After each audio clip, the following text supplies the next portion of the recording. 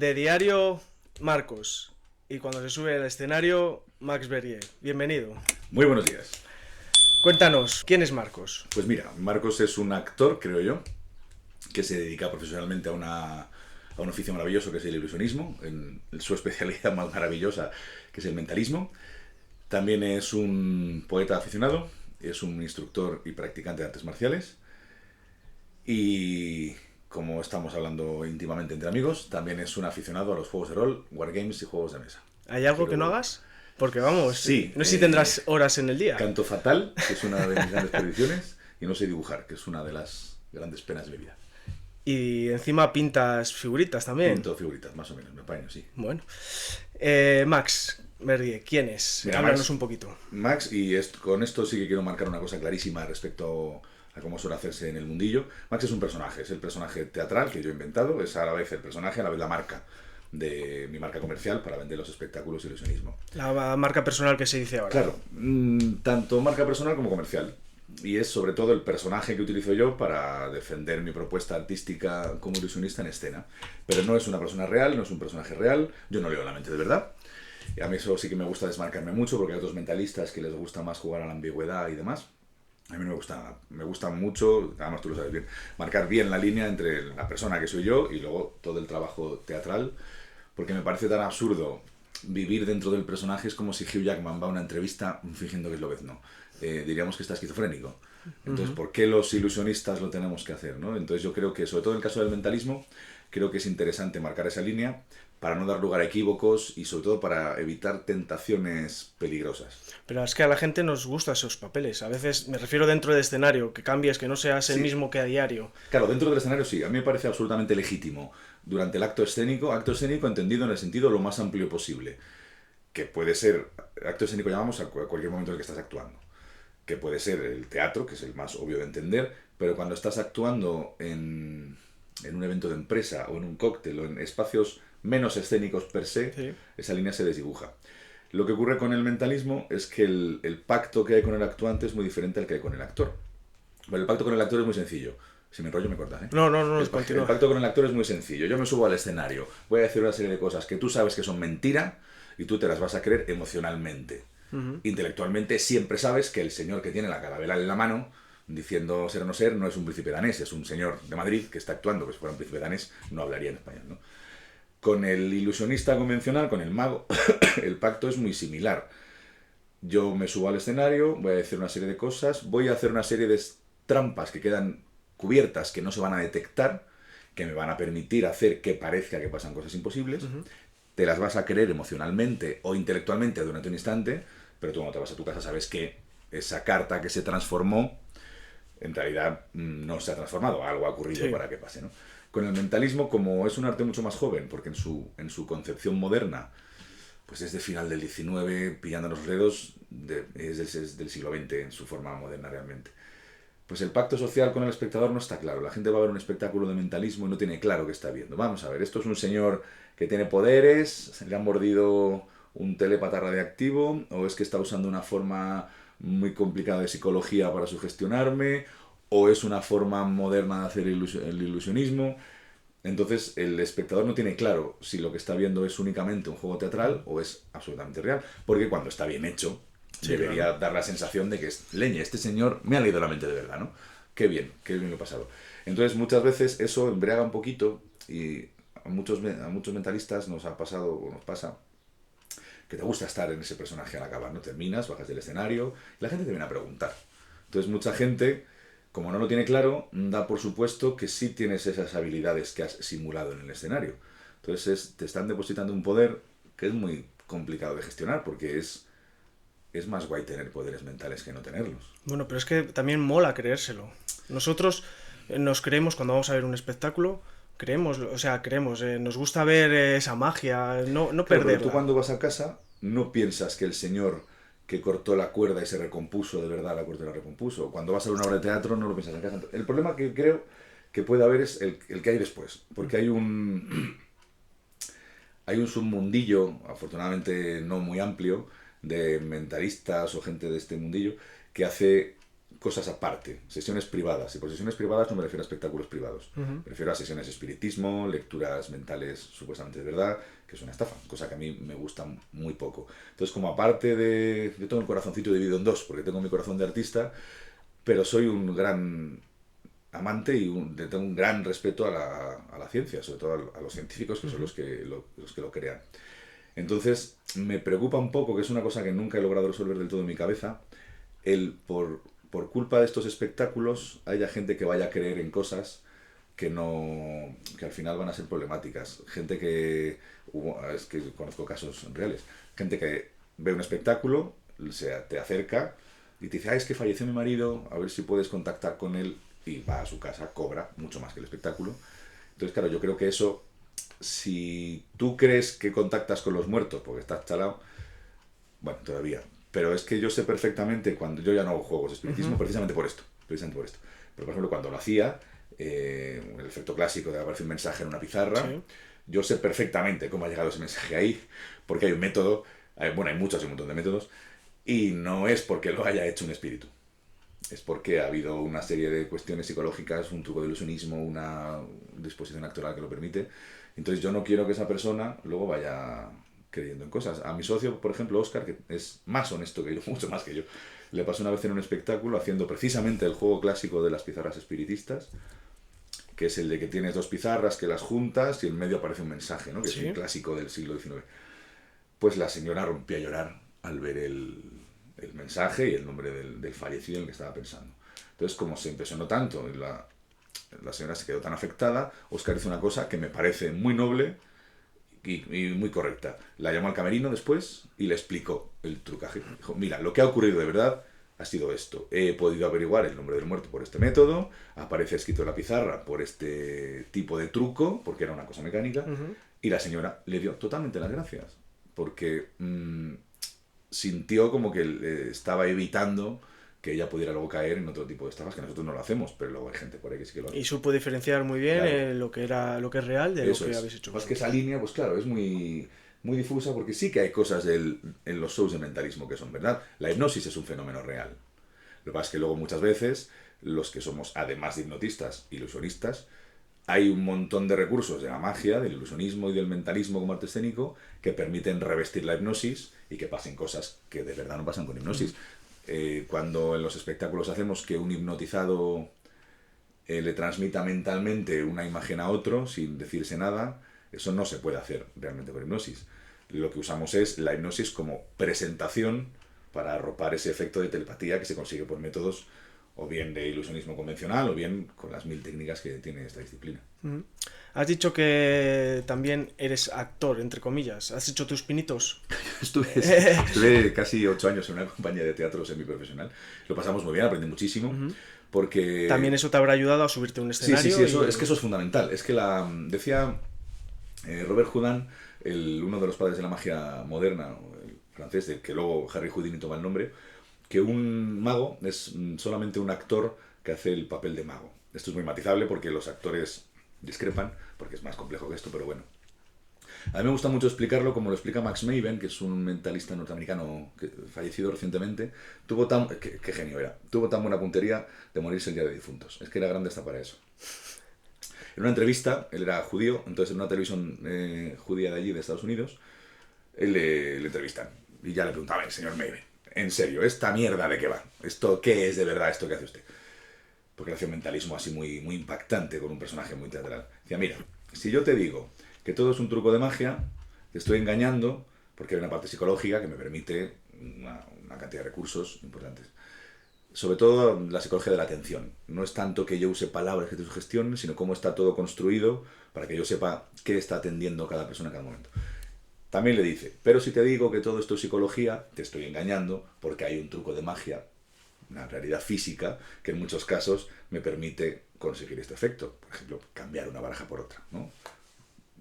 Y yo a eso le añadiría, siempre digo que es como una mesa con 3 patas, le añadiría una tercera pata, que es la técnica actoral, que es lo que permite que todo parezca de verdad. El truco de magia te permite acertar siempre, porque el público va a verte acertar.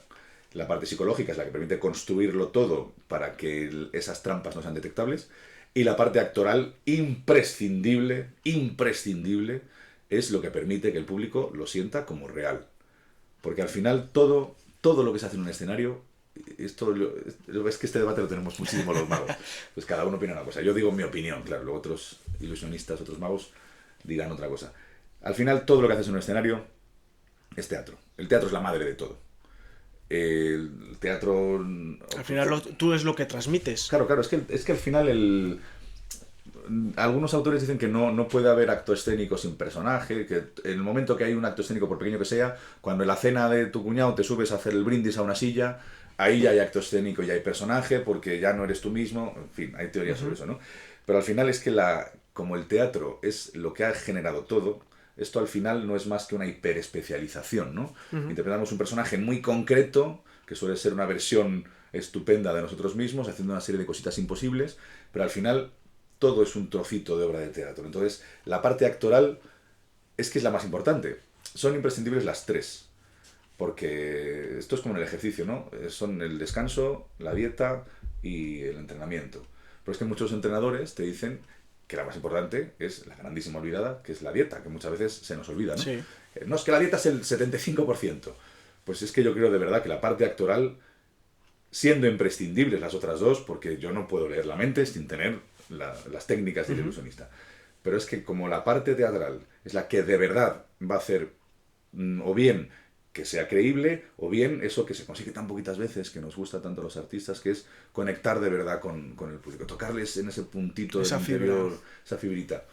Y esa es la parte teatral la que te lo permite.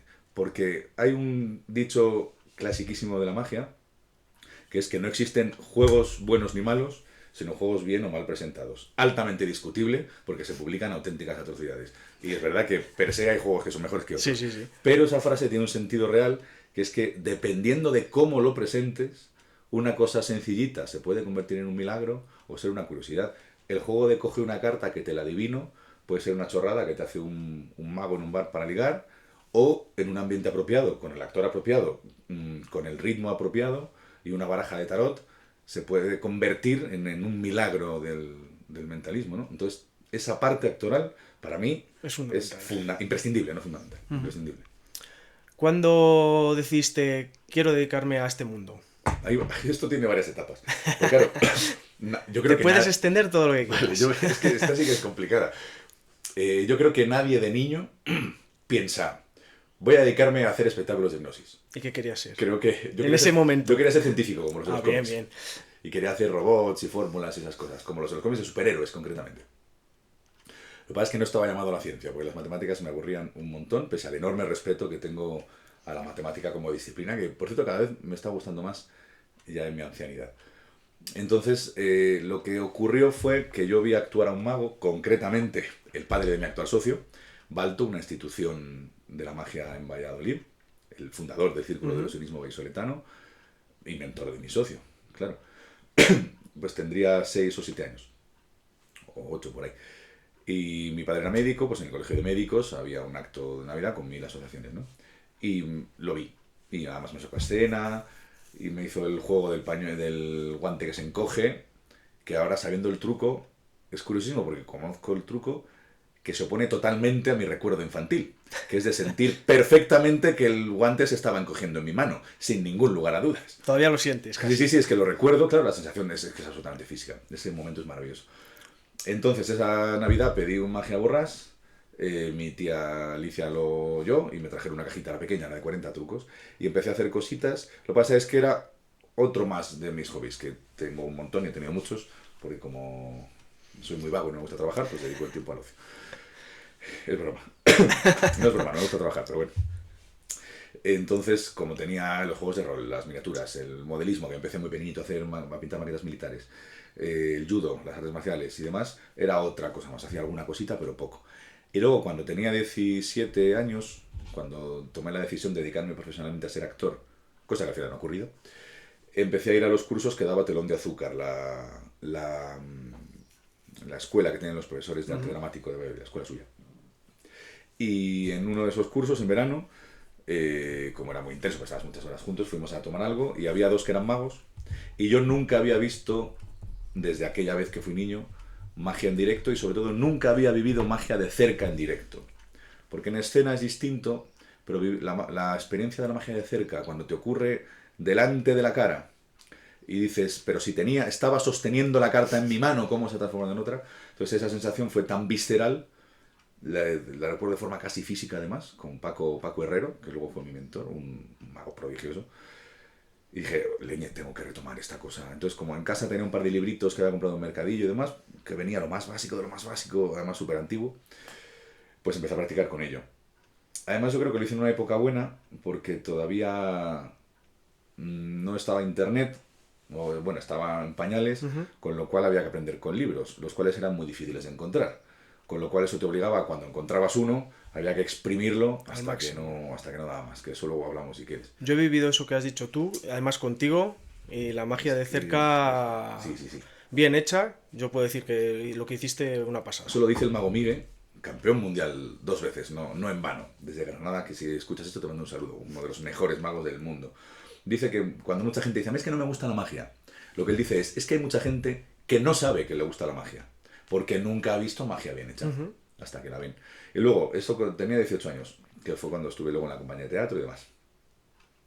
Y luego, llevando varios años de miembro del círculo, o bueno, a varios no, al poquito, descubro que el mentalismo es una rama del ilusionismo, o bueno, aunque era discrepo porque considero que es un arte aparte, pero bueno, eso es una disquisición semántica. Que se puede hacer lo que hacía Anthony Blake en la tele, porque yo, como todo el mundo, como mucha gente, pensaba pues, que la gente pues, que tendría poderes o lo que fuere. Sí. Empiezo a estudiarlo, me doy cuenta de que me cuesta mucho menos esfuerzo ponerlo en marcha que la magia, que disfruto mucho más haciéndolo, como espectador me gustaba mucho más, me sigue gustando más cuando está bien hecho, claro, y empecé a trabajar con el mentalismo. Poco a poco el mentalismo fue ocupando más espacio de mi show, hasta que el show, él solo de forma orgánica, se fue transformando en un show solo de mentalismo. Y cuando monté la primera empresa, Koala Producciones, con mi querido ex socio y sin embargo amigo, Juanpa, al que amo y adoro, él ya había hecho un curso de hipnosis con Jeff Toussaint, que es el que ha formado a muchísimos ilusionistas en España. Y un día preparando un show me dijo, tío, pero con la voz que tienes y lo bien que lo haces, bueno, eso decía él. ¿Por qué no haces el curso de Jeff que te va a funcionar de maravilla? Porque yo pensaba que la hipnosis era mentira, eran actores y tal. Yo, Juanpa, por favor, que eso es una estafa, que eso se van con piches. Que no, mira, te lo demuestro. Coge a una de las bailarinas, Carmen se llamaba, y le hace, no, jamalaje, tres duerme y no pasa nada. Digo yo, no, es que a veces no funciona con todo el mundo, espera, coge a otro, no sé qué, duerme, no le sale. Digo, Juanpa, me lo estás vendiendo fatal. Te hace una cosa, coge dinero de la caja común, coge del mío, y vete al curso, págalo. Y si a la vuelta no estás contento, no me lo devuelvas. Así de fácil me lo puso. Daban en esa temporada uno de los cursos que daba Jeff Toussaint en A Toda Magia, en la sala de mi amigo Kiko del Show, ya cerrada, lamentablemente. Un saludo, Jeff, un saludo, Kiko. Vamos a saludar mucho. No pasa nada. Ojalá lo oigan. Entonces fui al curso de Jeff Toussaint, que lo bueno que tiene es que está pensado, como eres mago también, está pensado para ilusionistas. Entonces me parece especialmente práctico. Entonces, con eso que me enseñó Jeff, aunque hoy, a día de hoy, discrepo con él de muchas áreas, sobre todo a nivel teórico, a nivel práctico no, porque Jeff es el mejor hipnotista de escena de España, desde luego, eso no hay duda alguna.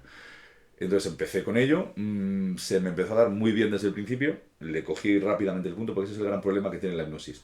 Mucha gente hace cursos muy bien montados, luego no practica o te da miedo, no te atreves, lo olvidas y ya no. Yo desde el principio empecé desde el día 1, literalmente, el curso eran 2, pues desde el día 1, pese a que nos advirtieron que esperáramos a acabar el curso entero. Pues no lo hice. Y tú no, vale. Entonces empecé a practicarlo mucho, me di cuenta de que no me costaba esfuerzo hacerlo, me resultaba muy natural la forma de trabajar con la hipnosis, desarrollé un show de hipnosis y luego empecé aparte a meter hipnosis dentro del show de mentalismo. Y hasta hoy.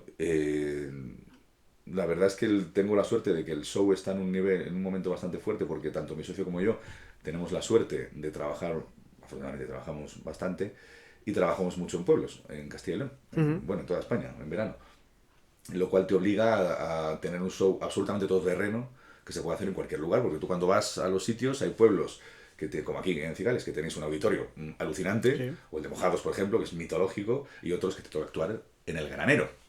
Entonces, ¿y qué público va a haber? Pues igual hoy solo hay niños, o son solo abuelitos, o hay de todo, o están con resaca los adolescentes, o hay un borracho al fondo. Entonces eso te obliga a desarrollar un espectáculo que se puede hacer en cualquier momento, lugar y a prueba de bomba. Tienes que adaptar ese espectáculo Sí. a lo que hay en ese momento. Sí, claro, no te queda otro remedio, porque hay veces que tú llegas a un pueblo y te lo han puesto a las 6 de la tarde, por ejemplo, y han llegado los padres, te plantan a los niños y se van al bar. Entonces, de pronto tienes que transformar tu show de mentalismo en un show infantil. Yo, de todas formas, llevo preparados por si acasos, como los llamo yo, para absolutamente todo. Hay un show estándar, que es como debería hacerse en condiciones ideales, y en función de eso, pues depende. Por ejemplo, si hay mucha gente mayor y hay muy poca gente joven, la parte de hipnosis hay que hacerla de otra manera, porque la gente mayor pierde plasticidad cerebral, es menos sugestionable, aparte el estado físico te permite hacerles menos cosas, con lo cual tienes que tener previsto qué puede ocurrir, claro. Eso es muy importante actuando. Creo que ahora mismo en redes sociales, sobre todo, mucho auge, lo del mentor, lo del coaching. El mentoring. Sí, eso es. Entonces, tú sí que has tenido ese mentor, ¿no? Sí, pero lo tuve en la forma clásica. Pero es tan importante como se dice. Bien hecho, ¿eh? No estos clásicos que venden, sino Pues que no bien lo sé, hecho. porque yo conozco... Claro, el mentor se refiere a que es una persona concreta que te va guiando. Pero es que la realidad demuestra que hay magos excepcionales que no lo han tenido y magos inútiles que sí, y entre ambos puntos todo el espectro posible. O sea, que todo depende de uno Entonces, mismo, por lo que estoy entendiendo. Es que también depende de quién te encuentres, de cómo, del momento tuyo, del momento del mentor, de lo que necesites en el momento. A mí me fue infinitamente útil, infinitamente útil. Además, Paco era muy exigente. No era un mentor al uso, simplemente era el que nos apadrinó en el círculo del ilusionismo, nos vigilaba un poquito, a mi amigo David y a mí. Y como él era consigo mismo demencialmente exigente, cuando le presentábamos las cosas, nunca estaba bien nada. Todo había que mejorarlo. Lo que pasa es que esa forma que tenía él de entender la magia, el respeto absoluto que tenía al público, esa atención precisa al detalle, a que todo estuviera, a que no se, nada a medias se puede presentar, Sí. porque hay que tener respeto al público, esa atención tan dura a la técnica. Por ejemplo, había veces que le presentábamos algo, es que no nos sale, Paco, porque esto es muy difícil. Y él decía, no, porque era muy positivo. Decía, no hay cosas fáciles ni difíciles, hay cosas que requieren más o menos tiempo y a esto no le habéis invertido tiempo. Así. Y ya está, es así de claro. Que es una realidad. Es cierto que, por ejemplo, hay pases de magia con cartas, por ejemplo, que los aprendes en una tarde y otros que requieren semanas. Entonces, si tú quieres saber hacer lo que hace ese señor que hace esa cosa tan virguera, pues te tocará dedicarles a semanas de práctica. Que al final es como en cualquier disciplina. Si tú quieres ser futbolista, gimnasta, jugador de ajedrez, no hay otro remedio. Yo lo veo con los alumnos míos de artes marciales, que cuando empiezan pequeñitos hay muchos, por ejemplo, mi ahijada Olivia, que es: Olivia, te adoro, te amo y te quiero. Cuando no le sale algo a la primera, se enfada, se enfurulla mucho, ¿no? Entonces también hay que entender que hay cosas que sí, que únicamente requieren más tiempo. Más tiempo. Y no pasa nada. Que somos impacientes por naturaleza. Sí. También yo entiendo que hay como vivimos en la sensación de la inmediatez y demás, en magia también pasa, ¿no? Hay pases que son muy complicados, pases me refiero a técnicas digitales, muy complicadas de hacer, que requieren semanas de práctica y nunca están del todo, pero luego hay material trucado, barajas trucadas. Las barajas trucadas existen. La policía de la magia luego me manda una multa. Eso luego lo borro. No, a mí eso me da igual. Que te permiten hacer milagros casi sin ensayar, lo cual también es muy peligroso. Porque, por ejemplo, hay un mentalista muy interesante, ya fallecido, de cirrosis además, lo hizo todo bien, Bob Cassidy, que a mí de mis favoritos para estudiar, un grandísimo teórico y un gran práctico. Escribió un ensayo llamado, hay un libro muy famoso de mentalismo llamado Los 13 escalones del mentalismo, que es como la Biblia de toda esta cosita, y él escribió un ensayo llamado Los 39 escalones del mentalismo, que son 39 libros que a su juicio a él le parecen que dan un bagaje perfectamente redondo para un mentalista. No sé qué estudiar, póllate estos 39 y ya no necesitas más. Que luego lo escribió en 2004, con lo cual se han publicado cosas. Pero bueno, y en ellos cuenta que él empezó a escribir este ensayo porque en un foro de magia se encontró que un chaval preguntaba: estoy empezando en magia, en concreto en mentalismo, ¿qué libros me recomiendan? Que la gente empezó a recomendarle cosas de, pues unos el Corinda, o sea, el de los 13 escalones, otros cosas que se acaban de publicar, otros decían, no, este está obsoleto, estudiate este que acaba de salir. Y había uno que recomendaba el libro, ¿cómo es en español? El Manual para el Mago Amateur, que es el libro que en inglés, en Estados Unidos, es el básico de quiero aprender, toma este. Y él consideraba que esa es la única respuesta acertada. Porque hay que aprender una serie de cosas antes de llegar a esa parte del mentalismo. Ese libro, por ejemplo, hace una cosa que muy pocos libros de iniciación hacen, que no tiene juegos automáticos. Los juegos o previene contra ellos. Los juegos automáticos son los que, ordenando la baraja un poquito, luego tú puedes hacer un milagrito, ¿no? Porque opina el autor de ese libro, Henry Hay, que algo que requiere poco ensayo está en alto riesgo, poco ensayo digital, Sí, sí, sí. está en alto riesgo de que lo pongas en marcha con público sin haberlo preparado adecuadamente. Que las cosas que no requieren casi técnica digital son para después. Porque si tú hay un truco de los que requieren manipulación de dedos, hasta que no te sale, por lo menos más o menos bien, no te atreves, porque te da vergüenza que salga Ya. mal, a ponerlo al público delante. Entonces, lo del mentor, volviendo a eso, depende tantísimo de la persona, del momento. A mí, la figura de Paco para mí fue clave en mi desarrollo. No tanto por lo que nos enseñó él directamente, sino por la forma que tenía de corregirnos, por el favor que nos hizo de Sí. atendernos siendo nuestro padrino en el círculo, y sobre todo por la forma que tenía él de entender cómo se tiene que hacer la magia. De la técnica tiene que ser absolutamente pulida, pero absolutamente pulida, antes de tener el valor de presentarlo al público. El valor de la presentación, los libros que nos recomendó, la verdad es que para mí fue muy importante. Mi socio tuvo a su padre, también. También es cierto que a día de hoy yo discrepo de muchas cosas, bueno, discrepo, tengo una visión de muchas cosas distinta a la de Paco, igual que Óscar discrepa en muchas cosas de la visión de su padre, también, pues la edad de los tiempos, yo qué sé, al final todo va cambiando. Todo ¿no? evoluciona. Pero yo creo que depende, yo he dado clases, por ejemplo, tengo dos alumnos, uno en Barcelona y otro en México, que lo hacemos online, y yo creo que todo lo que han aprendido conmigo podrían haberlo aprendido por su cuenta. Y también sí me doy cuenta de que a veces un mentor, como me considero del muchacho, sobre todo del mexicano, hola Rodrigo, saludos de España, tienes una responsabilidad muy grande, porque claro, al final todo lo que tú hagas mal lo van a copiar. Entonces tienes que tener mucho cuidado. Por eso Paco, por ejemplo, nos recomendaba siempre estudiar con libros, nunca con vídeos. Porque decía que los vídeos, porque cuando empezaban a salir vídeos de Sí. magia y tal, porque los vídeos, el señor, al final, tú vas a copiar lo que está haciendo, lo que está diciendo y cómo lo hace. El libro, como ha tenido que pensarlo, está la técnica depurada sin errores, porque lo está escribiendo de forma teórica. Entonces, conviene ser muy cuidadoso cuando quieres enseñar algo a alguien. Me pasa lo mismo con las artes marciales. Los que damos clase a niños, claro, eso te obliga a que tu técnica sea tremendamente pulida y reducida a la síntesis más absoluta, porque como lo transmitas con errores, en una cosa física, Ya. por ejemplo, las flexiones, por ejemplo, algo tan sencillo como eso. Como no les enseñes a hacerlas bien, les vas a transmitir un error que va a provocar que cuando tengan 20 años tengan destrozadas las cervicales. Entonces hay que ser muy cuidadoso porque es una responsabilidad tremenda. Aparte del juego de confianza que alguien deposita en ti para... Porque claro, la figura del mentor es, diga lo que digas, me lo voy a creer. Al menos de momento. De momento. Entonces, claro, eso es muy peligroso. Yo tuve mucha suerte, otros no tienen tanta. Has hablado de las artes marciales. Aparte de dar clases y de hacerlas, ¿qué te aporta a ti en tu vida? Te lo voy a decir de forma clarísima, además. Las artes marciales llegaron antes que cualquier otra cosa.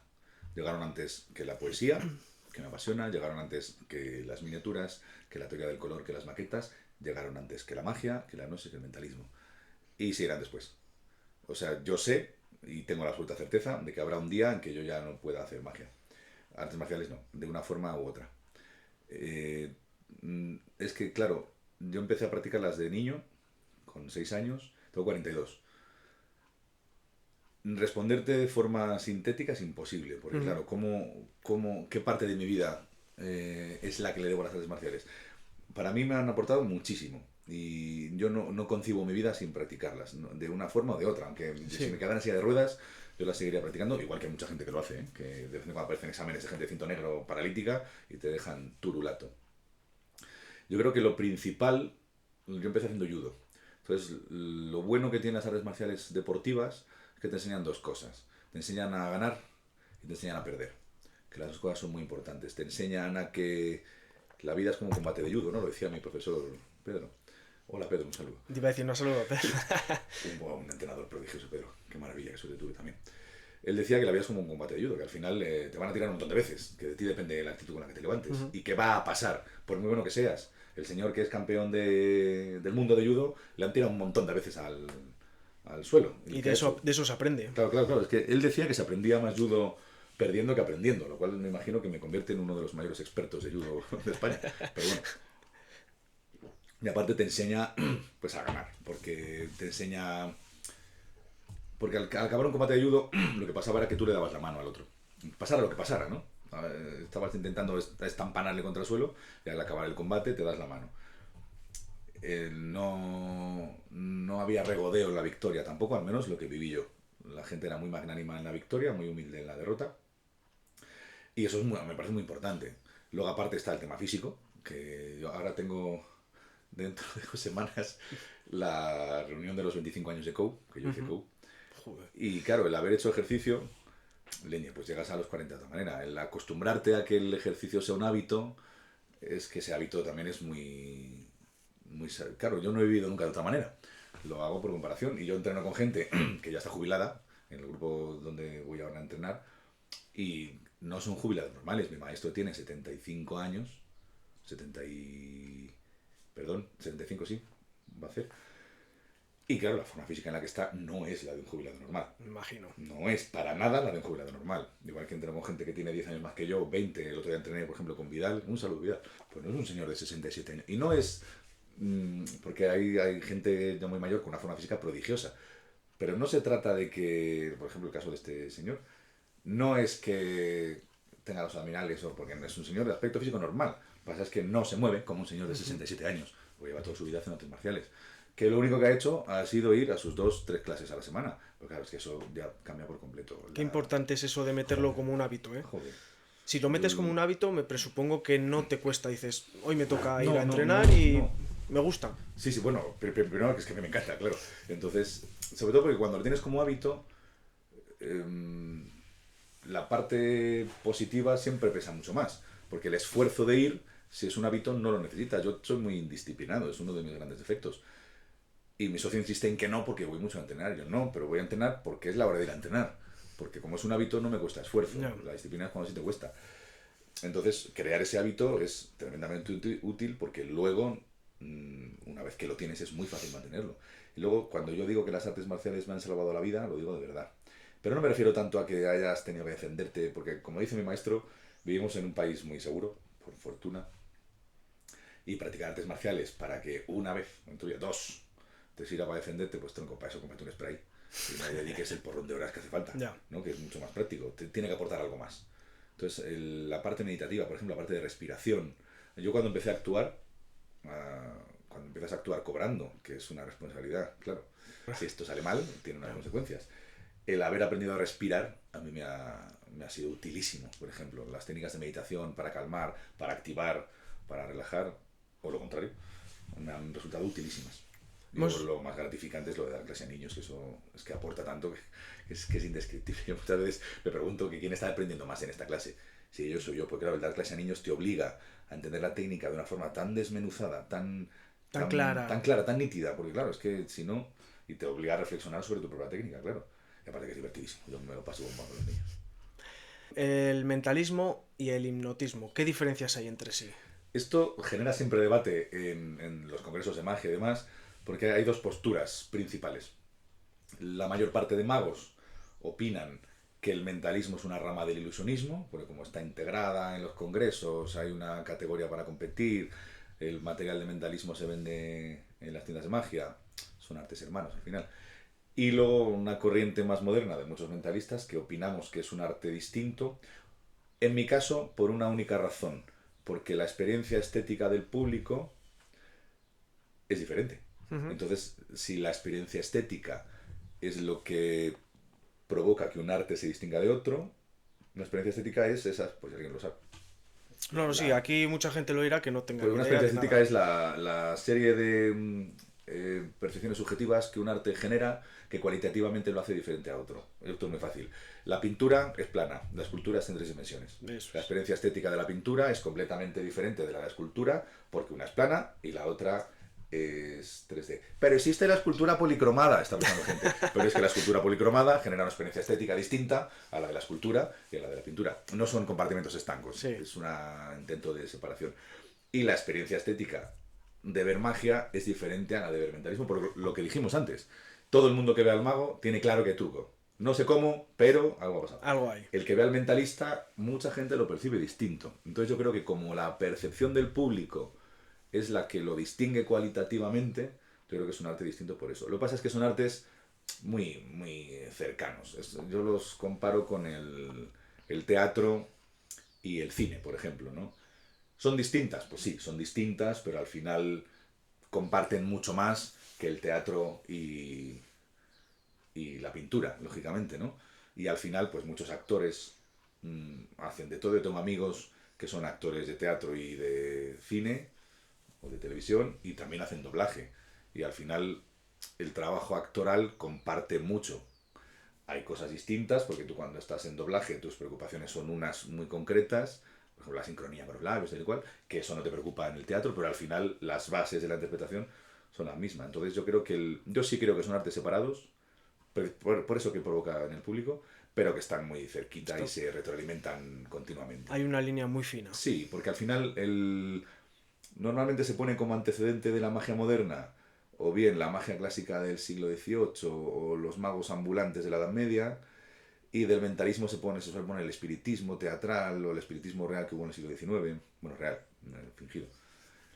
Pero claro, enseguida los espiritistas se dieron cuenta de que había truquitos de los magos que les venían de maravilla para sus estafas, y los magos vieron que muchas de las técnicas, trampas, trucos que usaban los espiritistas venían de maravilla para la magia. Entonces al final casi todos, yo no conozco en persona ningún mentalista que no haya pasado primero por su etapa de mago. Alguno habrá por estadística, lógicamente. Y aparte sí creo, cuando alguien me pregunta, alguien nuevo, quiero aprender a hacer mentalismo. Yo, estupendo. Pues dedícate un par de años a hacer magia y luego ya vemos a ver. Porque eso era una cosa que Paco nos enseñó. Ten una visión amplia de todo, conoce un poquito todo lo que hay Sí. en este arte, luego ya decides. Entonces, yo creo que lo ideal sería eso. Entender un poquito cómo funciona la magia, qué recursos hay, qué técnicas hay, qué disciplinas hay. Porque hay un sinfín de material trucado, de libros publicados, de libros de teoría, que al final te van a ser útiles. Si, por muy claro que tengas que solo quieres hacer mentalismo, tener una noción de magia general, yo creo que Siempre viene bien. es que es tan útil. Si te das cuenta, por ejemplo, teniendo un nivel medio de cartomagia, de magia de cartas, con un taco de cartas en blanco, puedes hacer los juegos de mentalismo que te da igual, porque si tú tienes la habilidad de cambiar una carta por otra, mirarla en secreto, lo vas a tener con un taco de tarjetas. Entonces al final, y te resuelve muchos problemas.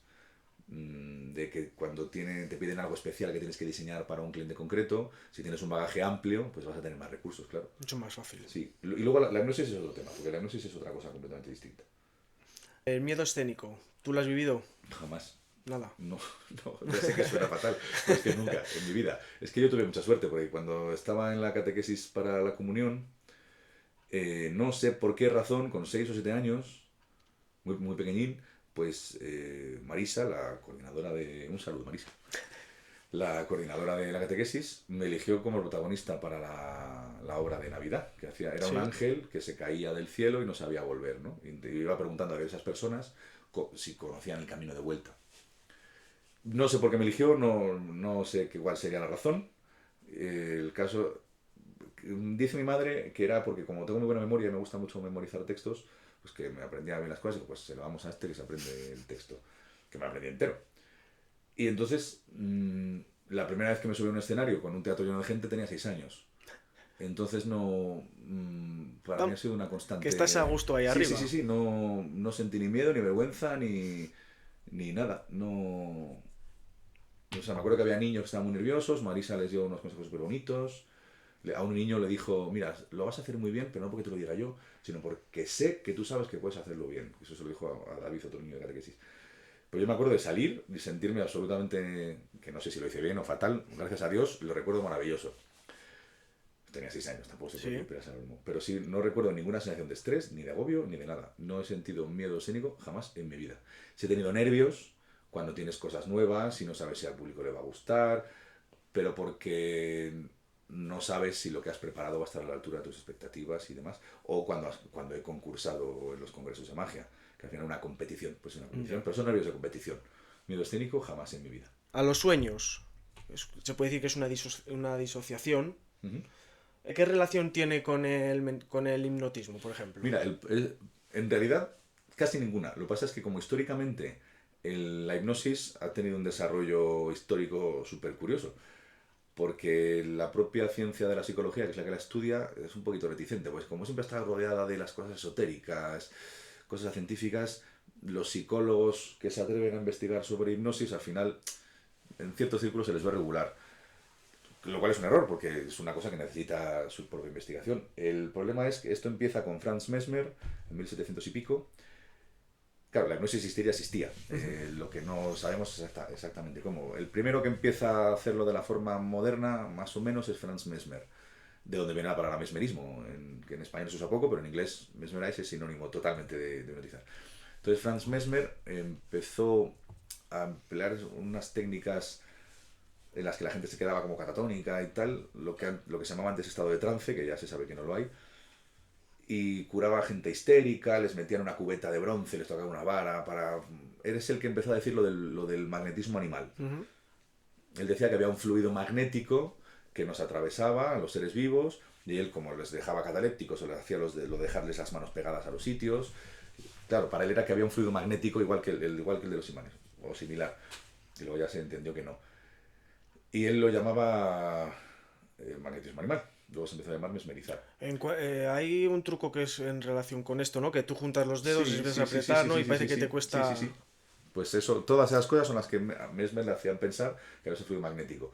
Luego, James Braid, si no me acuerdo mal, tendría que mirar los apuntes, igual digo mal los nombres.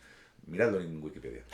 James Braid aprende en la India a hacer hipnosis viendo a otro médico, y es el que empieza a acuñar el término hipnosis, de hipnos, que es sueño en griego, porque como la gente se adormecía, entonces le parecía una especie de sueño inducido. Él se refiere a la hipnosis como sueño inducido. Lo que pasa es que luego se descubre, no me acuerdo si es James Braid o otro, ya no me acuerdo de los nombres, que en realidad la hipnosis no requiere un operador, porque te la puedes hacer a ti mismo, con lo cual ya no es inducido. Entonces empiezan a darse cuenta de que la hipnosis es un proceso que haces tú, que te pueden guiar por él, pero que realmente lo hace tu cerebro, con lo cual las teorías de que es un fluido, que es algo que te inducen, ya desaparece. Sí que es verdad que para el control del sueño es una herramienta útil para dormir mejor, pero lo que está haciendo la gente hipnotizada es imaginar, no soñar. Uh-huh. La actividad, claro, aquí los psicólogos discutirán cuál es la diferencia del proceso cognitivo, ¿no? Que no es la misma, pero bueno, es similar. Lo que ocurre con un hipnotizado son dos cosas. Primero, que entra al juego de rol de hacer ser hipnotizado a la vez que tú juegas al rol de hipnotizador. Y eso le provoca un convencimiento, cuando ocurre bien, claro, tan fuerte que todo lo que se imagina lo vive con mucha intensidad. Entonces, para él, lo que está imaginando, las sugestiones, que de ahí viene del latín sugerire, que es sugerir, las vive tan intensamente que luego a recordarlas le parece que eran de verdad. ¡Yo vi un dragón! No, en ningún momento has tenido la alucinación.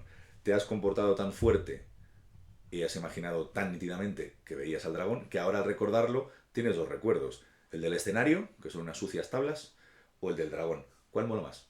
El del dragón. Entonces tu cerebro va a decir este. Entonces eso es lo que pasa. No es tanto sueño como imaginación hiperactiva. Hay una actuación en la cual te duermen, ¿vale? Y suena un teléfono. Tú te levantas y te dices, vas a hablar con una persona famosa, la que tú quieras. Eso se llama sueño.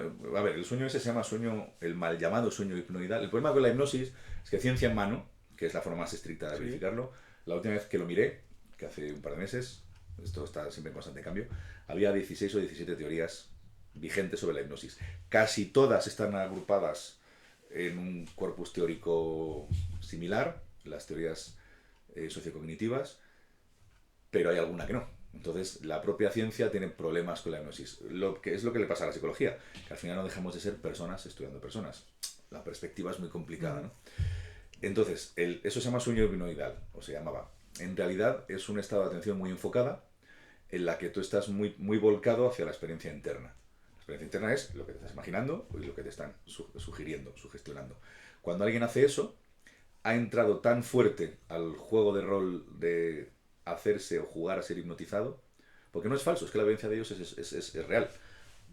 Al decir hacerse el hipnotizado me refiero que ellos voluntariamente deciden entrar a esa experiencia, pues si no, no hay tu Están receptivos. Claro, claro, es que si no, no hay manera. Si no me dejo, no puedes, ya, claro. Ni con patadas en los cojones, efectivamente. Muy bien visto. Y en ese estado de atención tan enfocada, están tan volcados en su experiencia interna, que se abstraen de todo lo demás.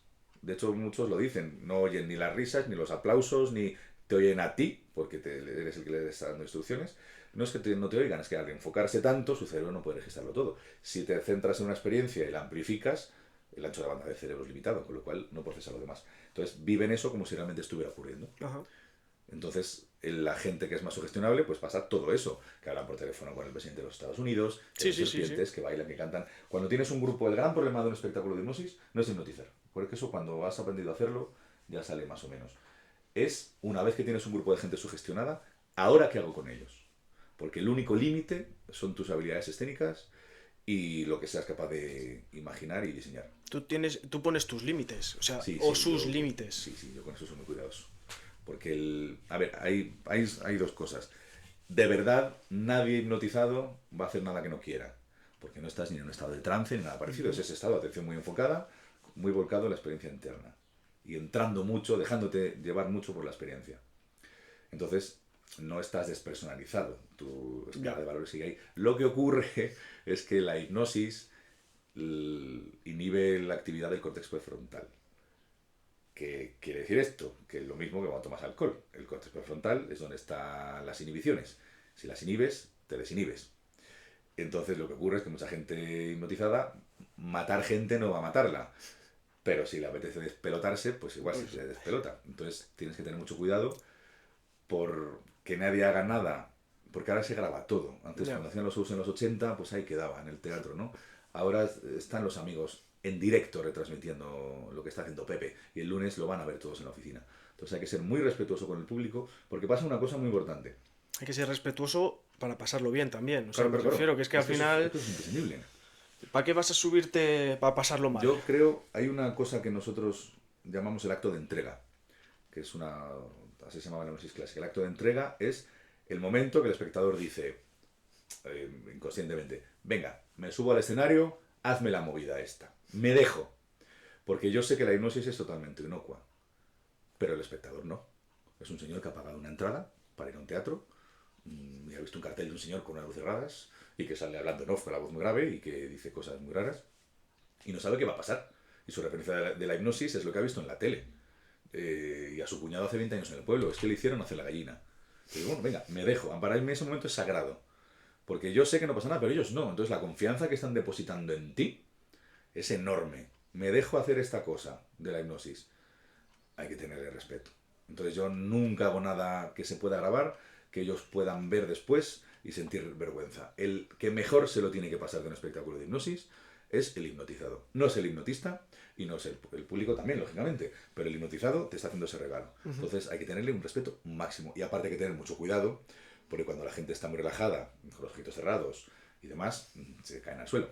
Entonces, una vez vi yo un show en Salamanca, no digo el nombre, haciendo un show de hipnosis con gente de pie, haciendo la inducción, el 1, 2, 3 duerme con gente de pie, que es muy espectacular porque les llevas al suelo y queda muy bonito, ¿no? Les puso muy cerca del borde del escenario y uno se le cayó para adelante. Pum. Adiós actuación. Pues no por milagro, Ya. por milagro. Entonces hay que tener ese respeto mental, físico y espiritual, porque son los que están haciendo el show. Porque un show de magia, al final, la reacción del público es muy importante, pero los trucos los haces tú. La cosa imposible ha ocurrido porque la he hecho yo. En la hipnosis no. La cosa espectacular ocurre porque esa gente te está prestando su imaginación. Sin ellos no hay show. No hay A espectáculo. ningún nivel. Entonces eso a mí me parece que el respeto tiene que ser absoluto. Has dicho con los ojos cerrados. ¿Se puede hacer con los ojos Sí, sí, abiertos? claro. La vivencia de las sugestiones se puede hacer de cualquier manera. De hecho, Sí, ¿no? vivimos permanentemente viviendo sugestiones. ¿A ti te gusta el fútbol? Sí. Cuando hay un partido de fútbol y dan una patada en los testículos a uno, ¿qué haces? Uf, Uf, tiene que ¿no? doler. Y se te activan los receptores de dolor de los testículos. Si en ese momento te ponen electrodos, se activan, mucho menos que si te dan Sí, un claro. golpe, pero se activan. ¿Cómo puede ser esto? Si reaccionan al tacto los receptores de dolor, pues que el sistema nervioso humano es tan poderoso que puede hacer eso. Cuando ves una película y lloras, por ejemplo, ¿con qué película has llorado? Yo con Terminator 2. Si te digo que no lloro, Bueno, con te- películas. bueno, puede ser. Es que luego también depende. Es que luego hay gente más sugestionable y Sí, sí, gente sí, menos sí. sugestionable. Pero, por ejemplo, yo con la que más lloro siempre es con Terminator 2, que es una de mis películas favoritísimas. Al final, la película es del 91, se puede hacer el spoiler. Cuando el Terminator, bueno, lo bajan a la cubeta Sí. del acero fundido y lloras, leñe, tú sabes que no. Sabes que eso es falso Que a no es real. absolutamente todos los niveles. Sabes que no es un robot, que es un culturista austríaco que le están bajando a una piscina que está iluminada por debajo, que ni siquiera es. Que no es acero fundido, que es hierro, que la conversación que ha habido antes ni siquiera hablan con sus voces. Es la voz de Constantino Romero, que era el señor que presentaba el Temposoro. Intelectualmente eres consciente a todos los niveles de que eso es absolutamente falso. Pero te has metido Pero tanto. eso es. ¿Qué es meterse tanto? Es dejar, consciente o inconscientemente, que la inteligencia racional, que es la que juzga, se aparte un poquito y dejar espacio a la inteligencia emocional. Es incorrecto llamarlas así, pero bueno, es para que Sí, nos para que nos entendamos. entendamos. Dejarte en manos, sobre todo dejándote llevar, porque si tú dices para, tío, que es una película, esa sugestión para, Ya. lógicamente. Igual que con la hipnosis. Si alguien de repente dice, ay, ay, ay, esto no lo quiero hacer, se marcha. Entonces, si tú la puedes vivir, si te lo puede hacer una película que no tiene posibilidad de interactuar contigo, que no puede hacer un hipnotizador. Normalmente se hace de forma progresiva, no porque sea necesario, porque se pueden inducir sugestiones con los ojos abiertos directamente, e incluso en algunas personas las que se viven como alucinaciones directamente. Lo que pasa es que al hacerlo progresivo, a mí me gusta más hacerlo así porque el espectador tiene una sensación de crescendo, que es lo ideal para un show, y te permite ir equilibrando la profundidad en la que lo está viviendo cada uno. Ujú. Porque lo ideal es que el show vaya avanzando al unísono, lo cual es prácticamente imposible porque no todo el mundo que se suba va a tener el mismo nivel de sugestionabilidad. Es imposible, Sí. estadísticamente, casi imposible. Entonces te conviene irlos equilibrando. Y también es verdad que cuantas más cosas van haciendo, más sugestiones van aceptando. Cuanto más la gente acepta primero las sugestiones que le son plausibles. Una vez que acepta unas, la siguiente ya es más fácil. Entonces las de los ojos abiertos, no es que sea más difícil, pero como sí lo parece, así tiene esa sensación de creciendo el público. Pero es esa sensación de cuando vas en el coche que te quedas así Sí, mirando fijamente, eso que es. llegas a tu sitio Sí, y sí. dices, ¿y cómo he llegado? Eso es lo mismo. Eso es, El ¿no? desfase temporal, de hecho, es uno de los marcadores más claros de hipnosis. Eso se llama desfase temporal, que es la sensación de no haber vivido el tiempo, o al revés, que ocurre menos, de se me ha hecho eterno. Sí. Pero el desfase temporal es uno de los marcadores más claros de hipnosis. Cuando alguien acaba un espectáculo y le preguntas cuánto tiempo ha pasado, normalmente lo han vivido reducidísimo. Ajá. Se han sido conscientes de que se han subido a la escena a las 10 y el espectáculo ha durado 2 horas, dice, pues serán las 10 y media o algo así, ¿no? Y le falta 1 hora y media. Ese es clarísimo. Ese, por ejemplo, es muy claro. Y hay gente que se le pasa, bueno, yo que he estado hipnotizado en Sí, sí. espectáculos y otros, sí que es verdad que se te pasa, Volando. tú no tienes la sensación en absoluto de que hayan pasado 2 horas. Eso es clarísimo. Es que aparte la hipnosis es un fenómeno natural. Lo que ocurre en los espectáculos es que al ser guiado, pues ocurre en una dirección concreta, Sí. que es más espectacular y más vistosa. Pero los estados de atención enfocada de esa manera ocurren de forma espontánea. El ejemplo que has puesto es el que ponemos casi Sí, en sí, los sí. cursos. Es que es exactamente eso. Exactamente eso. Y en cuanto a los niños, hipnosis, es A que no he ver, visto en ningún espectáculo con un a niño. ver, no es que no se Entonces, pueda, no es que no se pueda, lo que pasa es que pasan varias cosas. Primero, que tienen más, es más difícil para ellos distinguir realidad de ficción e imaginación de realidad. Entonces, no queremos que luego les pasen cositas en sus cabecitas. No es que no se pueda hacer, de hecho hay terapeutas que hacen hipnosis con niños, pero claro, los terapeutas tienen otras sí, sí, sí. responsabilidades mucho mayores que las de los artistas, desde luego, mucho más importantes. Eso, mi absoluto respeto, pues son la gente que cambia vidas de verdad. El principal problema es ese. Y aparte, escénicamente queda muy feo. Dar órdenes a niños y que te la sigan, Ya. queda feísimo. Yo sí que hago algunos jueguitos en el show infantil, el de que se les queda la mano pegada al suelo, cosas así, pero siempre para delante, los niños con los ojos abiertos. Simplemente, también es cierto que es una pena porque la vivencia que tienen es muy potente con sugestiones directas. Entonces se puede hacer cositas, lo que pasa es que yo prefiero no toquetearlo mucho. El mejor público son los adolescentes, sin embargo. Sí. Sí, por razones fisiológicas y razones comportamentales. Por cómo está el cerebro poniéndose en ese momento, por cómo te se está desarrollando, porque admite mejor las sugestiones y porque, como en general en esa etapa somos más sugestionables per se dejan llevar más, sobre todo las chicas. Entonces, aparte las mujeres son estadísticamente más sugestionables que los hombres, los adolescentes más sugestionables que los adultos, con lo cual las mujeres adolescentes son el público espectacular. Y además, como suelen llevar el pelo muy largo, viene muy bien. Dirá, ¿por qué? Porque cuando estás haciendo entonces duerme, si a la primera que se lo haces tiene el pelo largo y liso, al hacer así, Sí. ese momento visual para el público de abajo Espectacular. es espectacular. Por eso, si os fijáis en muchos espectáculos de hipnosis, la primera a la que le hacemos duerme es una chavala jovencita con el pelo largo y liso. Nos fijaremos. Pues fijaos, porque es precisamente por eso, para que los que vean, los de abajo, ven ese latigazo con el pelo Sí. y ese momento se les queda grabado. ¿Cómo elegís a las personas? ¿Estáis en escenario? ¿Empezáis a pedir voluntarios? ¿Y empiezan a levantar manos? No. Depende cómo lo quieras plantear. Por ejemplo, mi amigo Joel Cobos, que es uno de los mejores divulgadores de hipnosis recreativa que hay en España. Buenos días, Joel. Buen día, Joel. Él empieza a lo loco haciendo inducciones instantáneas. Entra a los pubs y va intentando. Si sale bien, si no, hace un chiste y tira. A mí eso me parece porque está loco, porque es músico, es normal.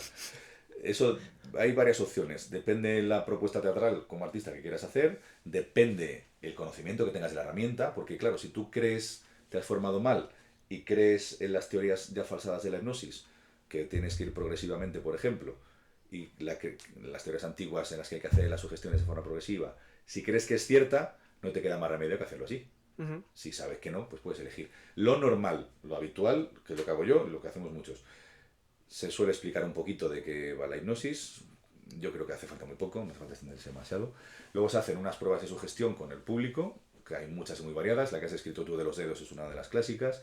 No tanto para ver quién las pasa bien, que también, claro, el que no Sí. sujeta no sirve, pero de los que sí, no es tanto, por ejemplo, una clásica es la de la mano pesada, mano ligera, que simplemente pedirles que extiendan las manos, un puño cerrado, palma arriba, la otra. Y en una que se imaginen un hilo del que tiene un globo de helio y la otra que tiene un disco de pesas. Y tú les vas narrando las sensaciones. No es tanto que se les separe muchísimo, que eso suele ser bueno, sino ver cómo reaccionan y ahora ver los ojos, mira tus manos, el que los abre, aunque se le haya movido poco, aunque los abre y alucina, ese va a ser mejor. Ajá. Porque tú también necesitas gente que exteriorice bien las emociones. Vale, que no es que la gente diga, este es parte del espectáculo, le Claro, saca claro. porque que muchas veces es el típico Claro, comentario.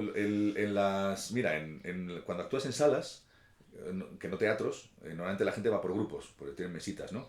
Entonces los tienes que sentar cruzados, porque si la mesa que está a tu izquierda lo pones a tu izquierda, lo ven mal, entonces tienes que poner a tu derecha para que los que están sentados a la izquierda vean bien a su amigo. Entonces son los que luego van a convencer al resto del público de que no es falso. Lo que pasa es que también es cierto que la hipnosis con actores se podría hacer exactamente igual. A mí no me suele pasar mucho porque como la mayor parte de los eventos que hago son o eventos privados de empresa, con lo cual se conocen todos, Sí. o administración pública, pueblos, semanas culturales y tal igual, los pueblos no hay tu tía. No puede ser actores, pero se conocen todos. Sí que es cierto que cuando actúas, por ejemplo, la semana cultural de, yo qué sé, a veces que hemos ido en Madrid, ¿no?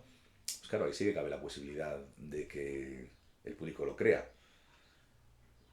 Creo que no ocurre, porque al final, como saca gente de varios sitios, pues Ya. yo creo que la gente más o menos se va convencida. Sí que es verdad que da mucha pena cuando hay un grupo de gente que todos quieren y ninguno ha podido, o no he sido yo hábil para hacerlo. Pero ese riesgo existe, pero el mentalismo igual. O sea, el mentalismo tal y como lo ves en la tele, pues se puede haber hecho con un compinche, ¿no? Por poder, se puede. Hay métodos para... El mentalismo se puede reducir, porque puedes elegir gente al azar, puedes hacer cosas que no dependan de que sea actor o no, que con la hipnosis al final te tienes que quedar con los que funcionan, claro. Entonces haces esas pruebas de sugestión, hay gente que hace más, gente que hace menos, yo depende del día. De los que haces la primera, los que la pasan positivamente, les propones hacer la segunda, y luego ahí depende. A todos los que las hayan pasado, les propones subir al escenario. Yo, por fortuna, no tengo problema con... Hay hipnotistas que lo que ocurre es que no quieren subir, que les da miedo, no se atreven. A mí no me pasa. Creo que el enfoque del personaje que tengo yo, al ser mucho más está muy bajado de tono. No es un mentalista vampiro, no es esotérico. Ujú. Entonces creo que él genera suficiente confianza como para que suba bastante gente. Una vez que lo subes, ahí empiezas lo que se llama la inducción, que es el proceso de hipnotizar en sí mismo, que hay 8.000 millones de Sí. protocolos, de 8.000 millones de épocas, unos pensados exclusivamente para teatro, otros de terapia, algunos de terapia funcionan para teatro, otros no, los hay del siglo XIX. Al final lo importante es la confianza que tú tengas y cómo se la transmites a los voluntarios. Que ellos de verdad crean que eres el tío que les puede hipnotizar. Ajá. Luego hay protocolos mejores y peores. Y luego a cada uno le van bien unos u otros. Depende de tu tipo de voz, el personaje, el estilo que quieras darle. Jeff, Ya. por ejemplo, el que te he dicho antes, que es el que más tablas tiene en España, es muy positivo, muy directivo.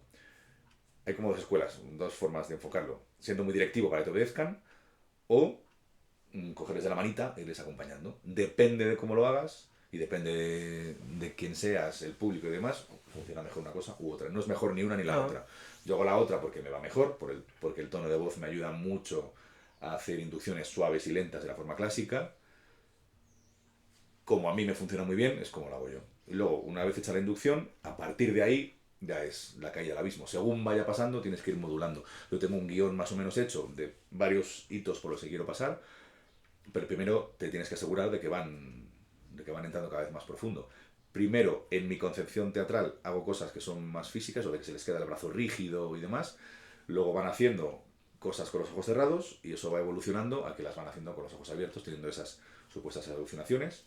Luego meto un jueguito de mentalismo en el que aparentemente se transmiten un pensamiento y termino con un trocito, con una pieza teatral de Romeo y Julieta. Interpretan el final de Romeo y Julieta hipnotizados, lo que se llama ahora teatro hipnótico, que lo puso el profesor Rafael Rocamora, uno de los pocos psicólogos que no están abiertamente en contra de la hipnosis teatral, sino al revés, es súper fan.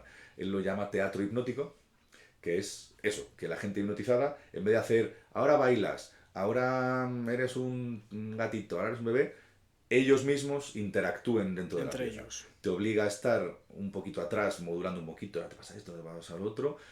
Otros, por ejemplo, meten una actriz, abiertamente actriz, se sabe que es una actriz desde el principio, eso lo hace Jorge Astiar, un mentalista buenísimo de México, vive en Madrid.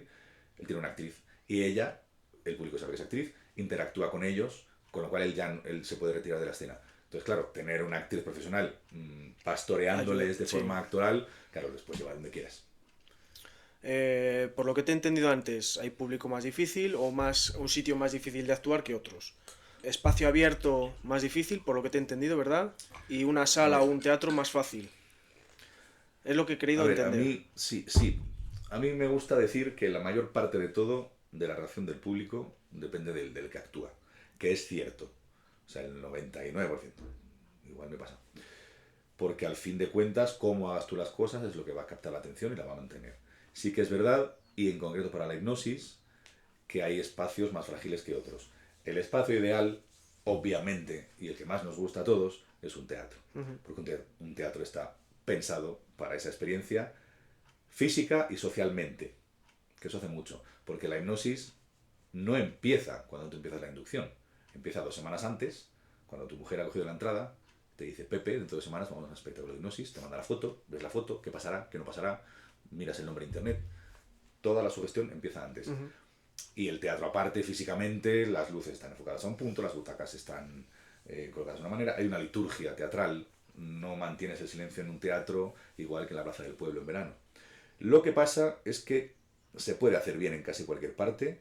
Evidentemente, si es al aire libre en la plaza del pueblo y al lado está la orquesta, pues es peor. Pero se puede, que los que hacemos hipnosis teatral, muchos lo hemos hecho en discotecas, estando de fiesta con los amigos. Si puedes, sale peor, sale menos, pero bueno.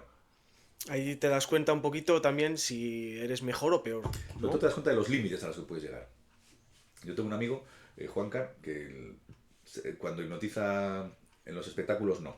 Cuando lo hace de manera informal, siempre intenta ver hasta dónde llega la persona. A ver hasta dónde... Por ejemplo, le hace lo de este vaso es muy pesado, no lo puedes levantar. Y no le anula la sugestión. A ver hasta dónde llega, a ver hasta qué ocurre. ¿Qué ocurre? ¿Cuánto tiempo puede ocurrir? Entonces, aprender a hacerlo en circunstancias difíciles te ayuda a que cuando las circunstancias fáciles salga mejor. ¿Escenario ideal? El teatro. Claro que sí. Evidentemente, las luces, la música, la liturgia. Lo que pasa es que, por ejemplo, en verano, en las plazas de los pueblos, me encanta porque hace bueno, las luces están de otra manera. Poderse se puede. Poderse se puede y de ti depende. Evidentemente, niños corriendo, petardos, pues todo es peor. Todo eso hay que tenerlo en cuenta y saber ser profesional y saber transmitir lo que te contrata. Porque muchas veces acaba el bolo un amigo y se queja, "Jo, es que estaba el bar al lado, no se callaban". Vale, mal porque no han sido respetuosos con que había un espectáculo. Aclarado eso, tú al que te ha contratado representante, concejal del pueblo, le has comunicado con precisión las necesidades de tu espectáculo, le has explicado que eso es contraproducente. No, pues entonces mal, pero también, Te puedes quejar. también es un poquito culpa tuya. Has tocado antes tema de profesionales, del hipnotismo. ¿Hasta qué punto es que ahora está muy de moda el tema de adelgazar o de dietas por la hipnosis, dejar de fumar? ¿Hasta qué punto eso es real Vale. o se puede llevar a cabo? Esto te cuento por lo que he leído y lo que he hablado con amigos que sí son terapeutas, que sí lo trabajan. A ver, la hipnosis de terapia y la de espectáculo se diferencian principalmente en que la función es totalmente distinta. La del espectáculo es el entretenimiento y ha de ser espectacular. La de la terapia es el cambio positivo de una persona, ¿no? En la hipnosis, ciencia en mano, a día de hoy, si no me equivoco y no estoy desactualizado, esto hay gente que sabe muchísimo más, sirve para unas poquitas cosas un montón, para unas cuantas es contraproducente y para casi todo da igual. Ni pone ni quita. Entonces muchos terapeutas la utilizan solo por si creen que el paciente piensa que va a ser más eficaz la terapia por tener la hipnosis. En cosas como regulación del sueño, el control de la ansiedad y tal, es muy eficaz. Lo de los recuerdos ocultos y demás, caca. Porque el problema era que si la hipnosis es un estado de imaginación muy excitada, corres el riesgo de que la persona se invente el recuerdo, crea que el recuerdo es real y estás haciendo terapia sobre recuerdos que son falsos. Imagínate que alguien que tiene un trauma y no se acuerda, pues está una regresión a ese momento, se inventa el recuerdo, empiezas a hacer la terapia sobre un recuerdo que se ha inventado. Entonces no sirve para absolutamente nada. Entonces, en lo de adelgazar, sí que es verdad que la hipnosis, la autohipnosis y demás son muy útiles para la ansiedad, para el control, el enfoque, el volver al aquí y el ahora. Pero también la meditación, que al final a ese nivel se parece mucho.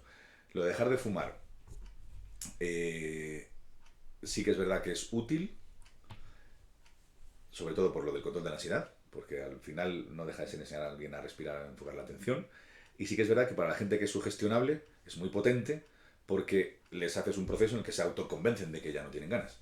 Lo que pasa es que los cursos estos de garantizado desde la primera sesión, no vuelves a fumar, nadie te lo puede garantizar.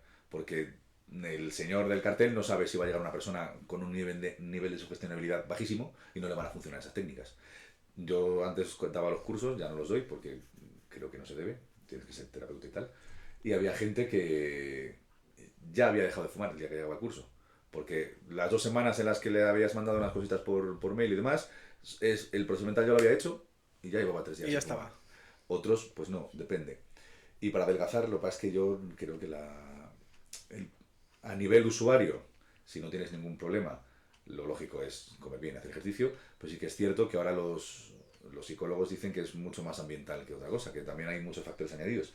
No, si es obeso es porque quiere, depende, ¿no? Es como gente que se adicta a sustancias, pues unos lo son porque han sido idiotas y otros pues porque tienen una personalidad más adictiva y hay que tratarlo de otra manera. Entonces eso siempre, en mi opinión, el que vaya a esas cosas, que se asegure de que lo hace un psicólogo colegiado y que se pueda verificar su experiencia previa. Gente que sean curanderos, santones, si pone hipnoterapeuta, mala señal. Por aquí hay uno en Herrera, ¿sabes? No, ni idea. Se la llaman la bruja de Herrera y te ayuda a dejar de fumar. Pero es que el proceso al final es el mismo. Date cuenta que ese tipo de... ¡Ah, sí que me suena! Sí. Sí que me suena. Yo han ido mi madre y mis dos tíos a hacerlo Le iba a engañar. y dejaron de fumar un tiempo y luego pues volvieron. Pues una novia mía fue y le dijo que la iba a engañar, cosa que no pasó.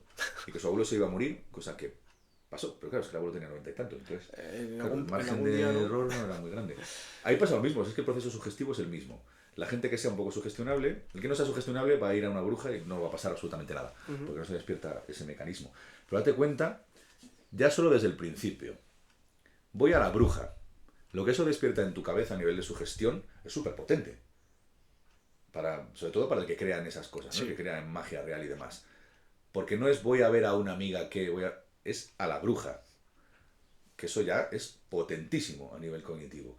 Segundo, no sé cómo tendrá la señora el sitio, pero seguro que el espacio invita a sentir esa sugestión. Y claro que dejas de fumar. Claro, pues te lo ha hecho la bruja. Te lo está diciendo ya, ¿no? Claro, el proceso cognitivo es el mismo. Lo que pasa es que te está generando esa respuesta sugestiva desde una perspectiva muy diferente al hipnotismo teatral, pero el proceso es el mismo. Claro, claro. Y a la gente que sea creyente en eso o que esté más predispuesta, la figura de autoridad de la bruja, evidentemente, es lo que te decía antes del acto de entrega. Si es lo mismo. En vez de hacérselo a un tío en un espectáculo o a un terapeuta, se lo hacen a la bruja en la creencia de que eso va a funcionar y son ellos, lo que te decía antes, los que entran a ese juego de rol. La sugestión al final es un proceso autógeno, lo hace tu propia cabeza, no lo haces tú. Sí que es cierto que hay circunstancias ambientales que lo favorecen. Pues, por ejemplo, este tipo de personaje, me refiero al personaje en el sentido teatral, ¿no? Sí.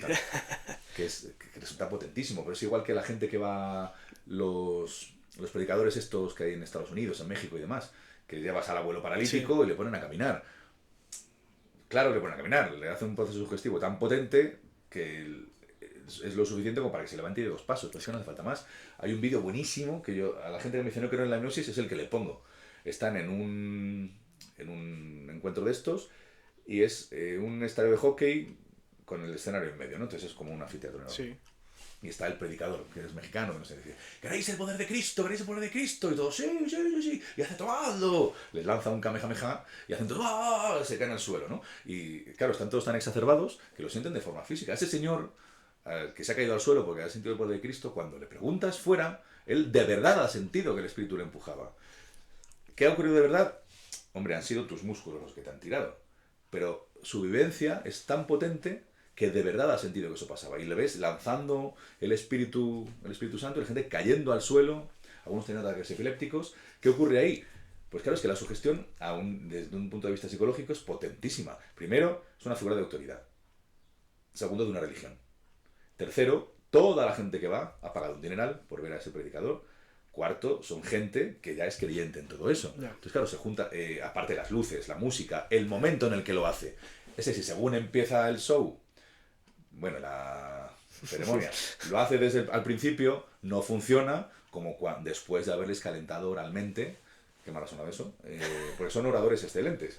Entonces, es el mismo proceso. Es que ahí el acto de entrega es muchísimo más potente porque es la figura religiosa a la que estás siguiendo. A la que ya conoces, a la que ya tienes ganas de ver. Entonces, pero el proceso es el mismo.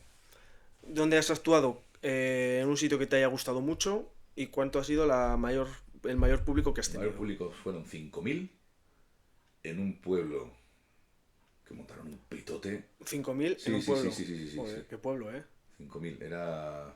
Es que se veía como se veía, claro. ¿Cómo se llamaba? Era en Extremadura, no me acuerdo el nombre, te lo tenía que mirar en las listas. Me ha salido súper bien, un público entregadísimo. Era un ciclo de varias cosas. O sea, no fueron los 5.000 por verme a mí. Y sitios que me hayan gustado más, es que hay un montón. Yo le tengo un recuerdo especialmente cariñoso al Café Teatro de Valladolid, que es mi alma mater, es el lugar donde empezamos todos los saltimbanquis a hacer nuestras cosas. No es el mejor escenario del mundo, no era el mejor equipo de escenario del mundo, pero es el lugar donde nací yo esto. El Café Teatro de Valladolid para mí es un emblema. De hecho, alguna vez vuelvo a hacer alguna cosita pequeña y es como volver a casa, ¿no? Luego le tengo un cariño muy especial a la Sala Houdini en Madrid, que es donde empecé a hacer de forma regular mi show de hipnosis. Yo había empezado con la hipnosis, lo hacía más o menos bien. Le pidieron a Jeff, que es con el que aprendí yo, bueno, uno de los con los que aprendí, si estaba interesado. Él, como vive en Salou, pues no le cuadraba Madrid-Salou. Para esto era parte de forma regular. Empezamos los jueves. Y me recomendó a mí. Entonces fui un día, les gustó y ahí estuve 5 años, hasta que llegó la pandemia. Que luego ya no lo hemos recuperado. Pero aprendí muchísimo por poder hacerlo de continuo. La Sala Houdini, visitarla en Madrid, que es súper bonita. Y luego hay un sinfín de sitios pequeñitos. Por ejemplo, a mí me gustó muchísimo, además fue bellísimo, cuando empecé ya a actuar un poquito más, todavía teniendo otros trabajos, no dedicándome en exclusivo a esto, me llamaron del Café de Manuela, en Almendralejo, creo que era en Badajoz, Almendralejo, en Villafranca de los Barros, nunca me acuerdo cuál, pero luego me llamaron para el siguiente. Y era una cafetería súper bonita, que me pareció bellísima. Manuela era la mamá del señor, y pasó una cosa bellísima. Empecé a actuar. Claro, actuar en bares, pubs es distinto que al teatro, hay más gente, pero bueno, el público estaba muy atento y al fondo había dos hablando, pero normal, no a gritos. Entonces alguien les dijo, oye, perdona, que hay un espectáculo, se levantaron, pidieron perdón y se marcharon. Digo yo que Qué me gustó, educación. sí, además salió muy bien, me gustó mucho la actuación. Y luego es que hay un sinfín de sitios, que elegirte uno concreto. La sala Toda Magia que tenía mi amigo Kiko en San Sebastián de los Reyes, también tengo muy buen recuerdo. O sea, que tienes muy buenos recuerdos de muchos Es sitios. que Al actuar es final. lo que más me gusta hacer en la vida. Ahora te dedicas solamente a eso Sí, ya. bueno, doy las clases Sí. de artes marciales a los niños, pero bueno, eso es secundario. Llevo 14 años de actividad profesional a tiempo completo. De quien te busque en Instagram después de esta entrevista, tienes un búho. ¿Por qué ese búho? Vale, no es un búho, es una lechuza. Perdón. Pero tiene varias razones. Primero, era el animal que usaba mi padre en su sello. Mi padre tenía un sello con un búho que le dibujó mi tío Jesús, que es dibujante, y tenía un búho. Entonces yo, cuando falleció mi padre, tenía claro que quería tatuarme algo de eso, pero no sabía por qué. O sea, no sabía el qué, perdón. Faltaba construir. Mi padre lo tenía porque es el animal, uno de los animales mágicos de la medicina, de la medicina antigua. Es un símbolo arquetípico de la sabiduría. Y aparte de todo eso, es además es el animal clásico de la hipnosis, por su particular fisonomía. Tiene que ver con el padre, lógicamente. Y aparte, es un depredador nocturno, con todo lo que eso implica, ¿no? Que tiene ese toque bohemio también, ¿no? Sale por las noches a hacer sus cosas y vuelve de madrugada cuando se van todos los demás a dormir. Para mí es eso, es tanto el símbolo que usaba mi padre, por eso lo uso de imagotipo ahora mismo, aquí tengo redes sociales, y aparte de representar un arquetipo de sabiduría y reflexión, es un animal mágico per se, en las tradiciones esotéricas antiguas, pero representa la magia en el sentido de comprender el mundo, ¿no? No es, porque los gatos también son un animal mágico, hay varios animales clásicos, pero tiene más el sentido de entender e interpretar el mundo más que de alterarlo, ¿no? Que la magia, la forma esotérica de la magia, lo que dicen es que es la forma de alterar la realidad imponiéndole tu voluntad, ¿no? Lo decía Aleister Crowley. En cambio el búho representa lo contrario, representa esa capacidad de comprensión, de entendimiento del mundo. Es el animal de la hipnosis. Y aparte en la mitología japonesa tradicional es un presagio de muerte.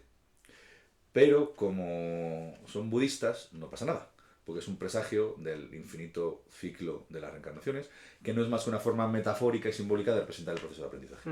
Entonces, todo eso me parecía muy interesante, por eso lo llevo tatuado de hecho, y por eso es el imagotipo que hay en mi publicidad, redes y demás. La magia de cerca, hay que ser muy bueno para ello, porque es A espectacular. ver, sí que es verdad que es que la magia de cerca tiene muchos formatos, porque la magia de cerca puede ser como se hace en los teatros, con la cámara, tú sentado en tu mesa, con un espectador aquí, otro espectador aquí, y la cámara con el proyector, o puede ser hacerla de fiesta rodeado de gente. Entonces, Yo me voy a tú a tú. Vale, o sea, en situaciones informales, Sí. la técnica ilusionística tiene que ser invisible siempre, ha de permanecer indetectada, siempre actúes en escena o no actúes. Sí que es verdad que en escena la distancia permite unas cosas que la cercanía no tanto por la visibilidad de la trampa, sino por cómo te estás moviendo. Porque como tienes todo el espacio para interactuar, puedes hacer gestos pequeñitos que quedan ocultos por gestos grandes. La magia de cerca se puede hacer con mucha técnica o casi sin técnica, porque hay rutinas, trucos, como dice la gente, que son muy muy potentes y requieren poca técnica. Sí que es verdad que cuando empiezas a hacer magia, por lo menos a mí, te parece más difícil la magia de cerca. Lo que pasa es que como yo lo aprendí saliendo de fiesta, rodeado de amigos, todos borrachos, en el círculo, entonces al final te acostumbras, aprendes a tener ese control, a estar atento a toda la atención de todo el mundo y enseña mucho, enseña tanto que yo creo que es, incluso a la gente que solo hace escena, yo siempre le recomiendo, porque a veces nos pasa a Oscar y a mí, a mi socio y a mí, que vamos a un encuentro de magos, hacemos magia de cerca ahí en la mesa después de la cena, anda, pues sabéis hacer magia de cerca. Claro, para nosotros es obvio porque hay que conocer todas las áreas. Y te enseña tanto de ese control de la atención, sí que es verdad que el riesgo de la cercanía, cualquier mínima discrepancia se va a observar. Entonces te obliga a que esa técnica, que siempre ha de ser indetectada, tenga que ser mucho más pulida. También te enseña más, lógicamente, porque tienes el riesgo tremendo de que alguien te eche la zarpa a las cosas, que es muy mal educado, pero ahí ese riesgo en escena no existe. Con lo cual te obliga primero, a no generar esa necesidad emocional, porque el que echa la zarpa sí que lo hace por tocar los huevos, es verdad, pero lo hace porque en ese momento piensa que está ocurriendo algo. Ha echado la zarpa en ese momento, no un minuto antes ni un minuto después. Porque algo La ha ha visto. echado ahí Ya. porque, a él, aunque sea mal educado, a todos nos hace muchísimo daño ese momento. Es de una invasibilidad tremenda y la única respuesta sensata es la que Paco me dio, que es recoges la baraja, la guardas y terminas, sin enfadarte. Porque si lo estás haciendo, salvo que estés trabajando, Sí. claro, si es entre amigos, yo ahí no sigo. Me siento insultado en ese momento. Pero también es cierto que te está enseñando algo. En ese momento pasaba algo, ahí había un momento frágil. Ese espectador impertinente, que es el nombre técnico, hay libros sobre esto. Lo ha hecho en ese momento por algo. Pero no te quedas con ese momento, sino en aquí algo he hecho mal. No, bueno, yo en ese momento, como también practico artes marciales, lo mato, entierro el cadáver y después de eso ya continúo. Pero sí que es verdad que eso, en el momento te enfadas muchísimo, porque eres un ser humano y es una putada. Pero sí que es verdad que luego, calmado los nervios, ese momento, ese espectador te ha enseñado un momento frágil. Y también es cierto que muchas cosas, ciertos trucajes, ciertas técnicas, en escena la trampa no se ve porque la distancia lo impide, lo difumina. Y, por ejemplo, yo que sé, si quieres cambiar una baraja por otra, hay miles de técnicas de cambio de baraja. Pero claro, si tienes al espectador delante mirando, un gesto que quedaría invisible en escena no queda cerca. Entonces, sí que es más difícil, no tanto, pero también es verdad que es muy gratificante porque la experiencia del espectador, como es tan para él y ocurre tan cerca y tienen esa sensación de no ha podido hacer nada porque estaba mirando, entonces la magia de cerca es muy, muy potente. Y el mentalismo de cerca, más todavía, claro. Bueno, ¿qué nos has traído? Vamos a hacer un juego de sugestión Venga. que es un clásico. Es muy poco espectacular, pero es que es muy, muy instructivo. Y quiero que lo hagan los que lo estén escuchando, porque es muy sencillo, además es que ilustra muy bien todo lo que hemos dicho antes. Como un resumen. Quiero que cojáis un limón imaginario. Imaginéis que tenéis una cesta delante de vosotros. ¿Lo hago yo también? Sí, sí, sí, claro. Y de la cesta coged un limón. Quiero que mires el limón y que te hagas consciente de cómo refleja la luz. Lo puedes mover un poquito y verás cómo al moverlo, los poros que tiene reflejan la luz de una manera distinta a la cavidad, el tacto que tiene, el peso que tiene. Y ahora quiero que, sin dejar de mirar el limón, cojas un cuchillo de la mesa, imaginario, claro, y acerques lentamente la hoja del cuchillo al limón. Cuando yo te lo pida, va a decir 3. Cuando lo diga, vas a cortar la piel del limón para partirlo en dos. 1, 2, 3. Ahora una gotita salpica. Notas el tacto de esa gotita que ha salpicado. Vas cortando. Notas que hay un punto que cuesta un pelín más, que es donde tiene la semilla. Lo cortas entero. Quitas la mitad y te quedas con una única mitad. Quiero que acerques lentamente esa mitad a la boca. Lentamente, según se acerca poco a poco, notas el olor de ese limón. Notas la temperatura en los dedos y acercas con tus ojos cerrados los dientes a ese limón. Acercas la boca, notas al apoyarlo en los labios como el olor es más intenso y vas a morder 1, 2, 3, ahora imaginando ese sabor ácido, cómo está golpeando la boca, la temperatura del líquido. 1, 2, 3, abre los ojos. Ahora lo que pasa es que estás salivando. Sí. No puede ser. ¿Dónde está el limón? La salivación es una respuesta fisiológica a una sustancia química, que son los olores. Así es como está hecho el cuerpo humano. Sin embargo, lo que ocurre es que has provocado esa respuesta fisiológica en ausencia total del estímulo. Esto es una movida, porque esto en realidad quiere decir que lo que habéis vivido es una alucinación, porque habéis provocado esa estimulación del cuerpo humano sin que exista el estímulo. Y esto es el mínimo. Y se puede hacer solo hablando un momento. Entonces, a partir de ahí, se puede llegar a cualquier nivel de alucinación. Hay gente que tiene orgasmos solo por sugestión, orgasmos reales, sobre todo mujeres, que es más fácil. Y si queréis hacer un juego de sugestión a otros, es muy sencillo. Este ejercicio no es porque sí. El gusto y el olfato son los más sugestionables, pues son sobre los que menos control tenemos. La vista es el que menos, pero también. De hecho, todos habéis vivido alucinaciones ya. Sí. Nunca te ha pasado lo de ¿dónde está el boli? ¿Dónde está el boli? ¿Dónde está el boli? El boli está ahí. ¿Dónde está el boli? ¿Dónde está el boli? Ah, coño, aquí está el boli. Tu cerebro, como pensabas que no estaba reconstruyendo este trozo como si no estuviera el boli. Un truco de sugestión. Cuando subáis a un ascensor con un desconocido, haced. ¿No te huele un poco raro? A ver qué respuesta tiene. Va a haber gente que diga que sí, va a haber gente que diga que no, y va a haber gente que os escriba el olor raro que está notando. Porque el olfato es muy, muy, muy Sugestionable. Muy sugestionable. De hecho, hay una trampa de hipnotista clásico. Yo no la he hecho nunca. Tengo algún colega que sí. El que era hacerles con esencias o tal y cual, es que imaginad que está en un campo de rosas y en el 1, 2, 3 duerme, te habías rociado la mano con perfume de rosas, entonces a través del olfato les llevabas a la Ya les llevas donde tú querías. Sí, yo no lo probé en su origen, sí es muy útil, o sea, como ya te obliga a llevar más trastos y potingues y tal, eso dejé de hacerlo. Pero eso es lo que te decía antes, que en realidad es una forma de enfocar la atención que hace que esa experiencia que te estás imaginando se amplifique. Si tú en tu casa, el ritmo del tempo también dice mucho. Si ahora te lo imaginas, lo haces rápido y lo muerdes, no pasa lo mismo que si te van describiendo poco a poco. Y aunque el proceso lo hace tu cerebro, porque son tus glándulas salivales, que haya una persona desde fuera mirándolo, adaptándose al ritmo, porque yo me estaba adaptando al ritmo de lo que estabas haciendo tú. Sí. Y que tú no le tengas que dedicar ningún esfuerzo, lo hace más potente, igual que una meditación. ¿Qué cuesta más? ¿Meditar tú en tu casa o una meditación guiada? Pues meditar tú solo, porque cualquier cosa te distrae. Yo cuando lo hago en casa, mi cerebro ansía el momento de desconectar, de distraerse. Sí. En cambio, cuando lo hacemos en clase de artes marciales y es el maestro el que va guiando, tú no tienes que hacer ningún esfuerzo. En ambos casos lo hace tu cerebro. Te dejas guiar. Esa es la clave, dejarse guiar y sobre todo querer vivir la experiencia, que yo creo que eso es lo más importante en la hipnosis. Bueno, próximos eventos que Pues podemos ver en Valladolid y fuera de Valladolid. En Valladolid malamente. Bueno, en Valladolid ahora a partir de verano en todos los pueblos. En Valladolid, Palencia, Salamanca, en todo esto, lo subiré a redes porque son un montón. Sí. En verano siempre son un montón.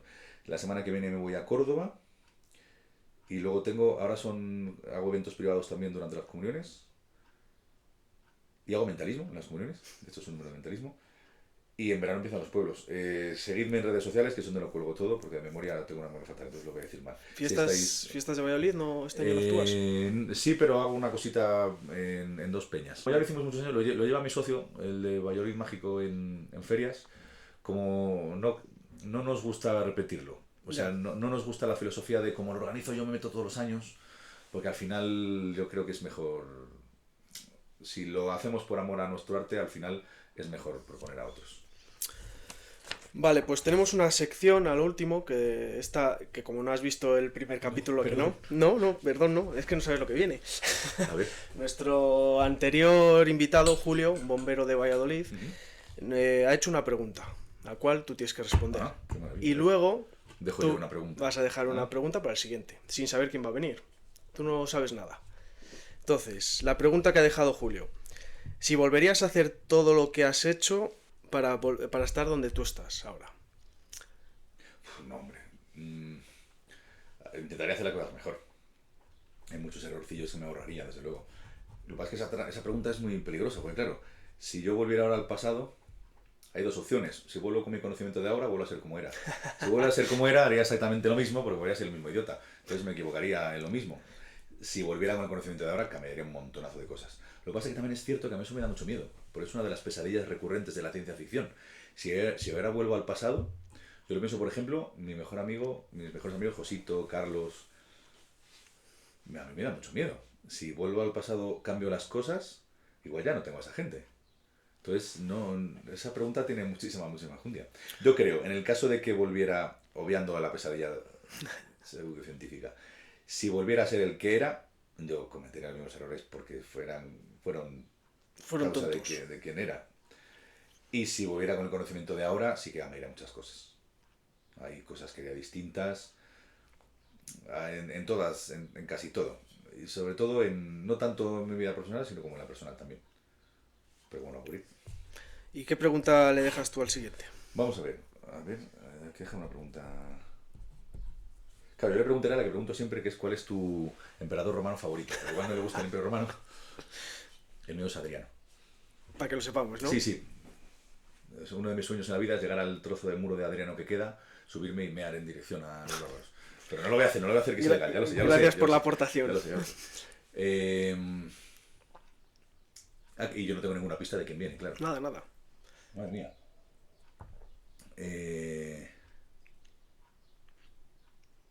Yo le preguntaría que cuál es el libro que más le ha influido en su vida y que te explique por qué. Anotado queda. Pues muchas gracias Hostia, por Rodrigo. colaborar con nosotros. Colgaremos tus perfiles en nuestro canal de YouTube, ¿vale? Y mucha suerte en los próximos espectáculos. Pues muchas gracias. Venga, muchas gracias. Adiós, gentes.